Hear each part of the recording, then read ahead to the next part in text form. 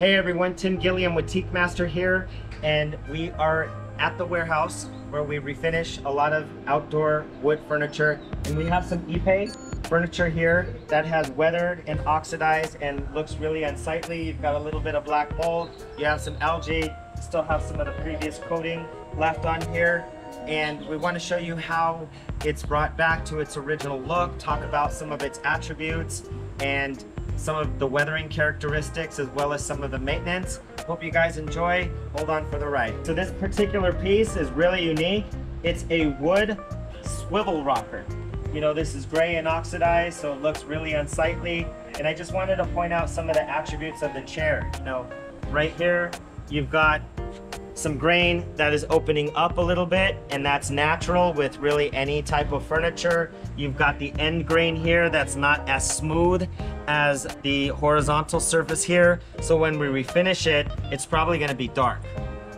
You've got this mesh seat that's really durable. It's got an interesting way to fasten it with these screws, which I've kind of never really seen before. And you've got this piece right here where they've actually used two pieces of wood to make this. You've got some separation here, which is normal because of expanding and contracting of the wood. You can't really fill this. We get people asking all the time, can't you just put a little putty? Can't you guys stick some chewing gum in there or whatever the hell? You know, like, no, we can't, because it's gonna look unsightly.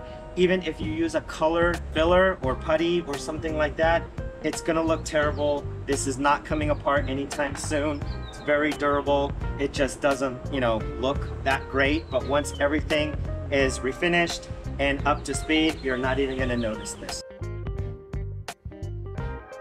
Okay, so what he's doing right now is he's just hosing down the furniture so we can loosen up some of the surface dirt, get everything a little bit soggy. I mean, this wood is as hard as a rock, so it's not gonna really get soggy or anything, but we just wanna loosen up some of the dirt, and that way when we wash it, you know, the dirt's gonna really just fly off and be removed. So just a matter of soaking it, super easy.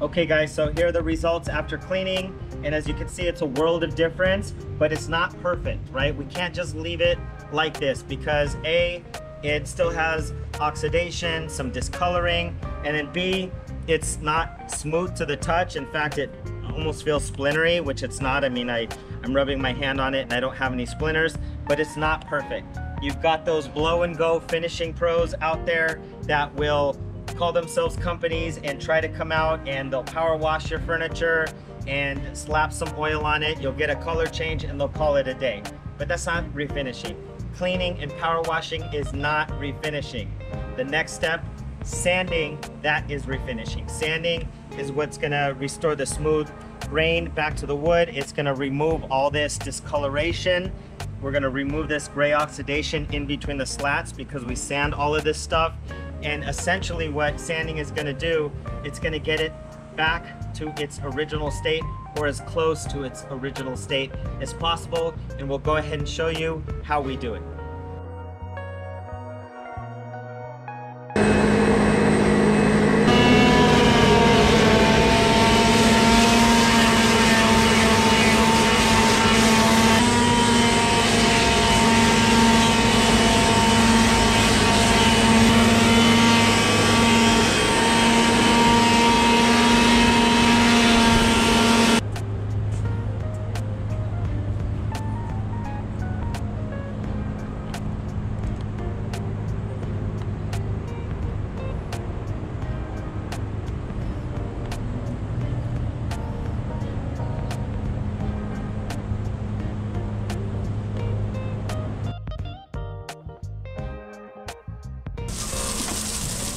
Okay, so what we're doing is we're hosing down the furniture after it's been sanded to remove dust from the grain.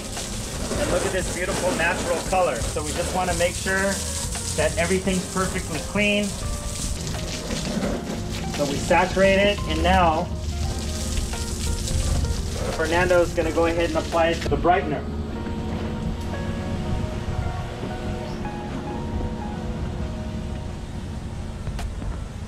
So we apply the brightener, and that promotes color, eliminates contaminants, hopefully prevents the mildew and black mold and algae and things like that from returning.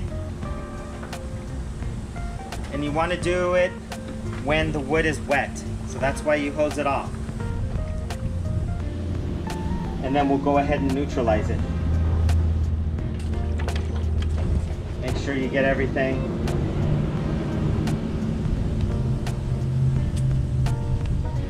I'm gonna go ahead and neutralize now. So you let the brightener sit for a period of time, I'd say 5-10 minutes. Don't let it dry, and then you neutralize it by hosing it off again. Again, this is for demonstration purposes. So you let it sit for a while, let it do its thing, and then you neutralize it by hosing it down again. Thoroughly hosing it down. Neutralize that oxalic acid, and voila, let it dry thoroughly so you can put on the finish. Just wanted to point out a few things about the chair. Even after cleaning and sanding and brightening and doing everything, it's ready for the finish. I just wanted to talk about, you know, what we can and can't do and what expectations are. So it looks beautiful from afar and it looks beautiful close up. But again, we have where these two pieces are joined together. We have the seam. This is natural expanding and contracting of the wood. You can't really put any filler in there because it's gonna look terrible. Okay, I don't care if it's colored filler, I don't care if it's white or clear or whatever, it doesn't need to. It's structurally sound, it's not coming apart. You also have two different colored woods here. You got a lighter wood, you have a darker wood here, and when the sealer gets on, it's gonna magnify the color, and it's just natural wood, right? So I also wanted to point out, you know, we sanded in between the slats, sanded here between the slats, so it's very, very detailed work. Also, I wanted to point out here, we've got this arm, and we have some expanding and contracting of the wood, so we have some cracks here that are natural. Again, it's as hard as a rock. This is natural expanding and contracting of the grain. You can see it's kind of curved, where the grain is actually curved, and this is normal. It doesn't need to be filled. It doesn't need to have any thing to fill this up. It's natural, expanding and contracting. We also have the end grain here, right? This is the cut. It's been sanded, but you can see it's a different color from the top and the end. Here's more end grain. You can see right here, we've got one color. It's very smooth. We sanded this and it's a different color. So I wanted to point that out because once we get the finish on here, this turns dark, or it looks kind of fuzzy, or it looks like it's just not finished right. No matter how much we sand, no matter how fine of a piece of sandpaper we get, it's going to be a different color. So we just wanted to point that out, and this is natural. You know, they've got to cut it somewhere, and it's the end grain. So you're gonna see it be a little bit different color, a little bit different texture, and you're gonna see all these little stress cracks, which is normal. You have it over here as well. This is normal, and then you also have it here on the ends of each of these arms. So it's natural. Again, this is as much as we could possibly do to recreate the original look, and it looks stunning in person. And now what we're gonna show you is applying the coating. Okay, so now what we're doing is applying the final step, which is applying the penetrating oil finish. Penetrating oil finishes are the best because they're maintainable. It's all about maintainability. Unfortunately, there just aren't any coatings out there that are gonna last many years. It just doesn't exist. And as we talked about before, this wood expands and contracts, so we're kind of limited on what we can use. You can't use varnishes or film forming finishes on this type of wood because the wood expands and contracts with temperature change, and what doesn't expand and contract are hard finishes like varnish or sickens or multiple coat systems, water-based products. So expanding and contracting, varnish doesn't expand and contract, it opens, water gets underneath, and it's just a recipe for disaster, especially with furniture like this. that has a million slats. You cannot use varnish unless it's under a covered patio or something like that. So penetrating oil finishes are the best because they look natural, they're maintainable moving forward, and they're easily applicable. So you can apply it with a brush and just work it in like Juan is doing. We're fortunate enough to work on this furniture here at the shop, so we're working in shade.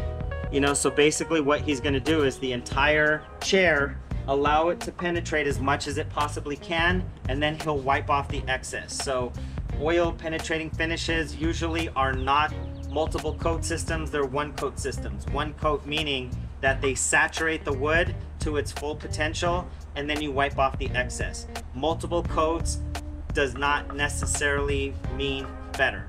Remember I said that. Multiple coats does not necessarily mean better, especially when it comes to outdoor wood furniture, right? Don't want anything to blister and peel. You want things to look natural, and then you want it to be maintainable moving forward. And as you can see, he's applying it by brush and then just allowing it to penetrate, and it's magnifying the natural grain and color of each and every piece of this beautiful swivel rocker.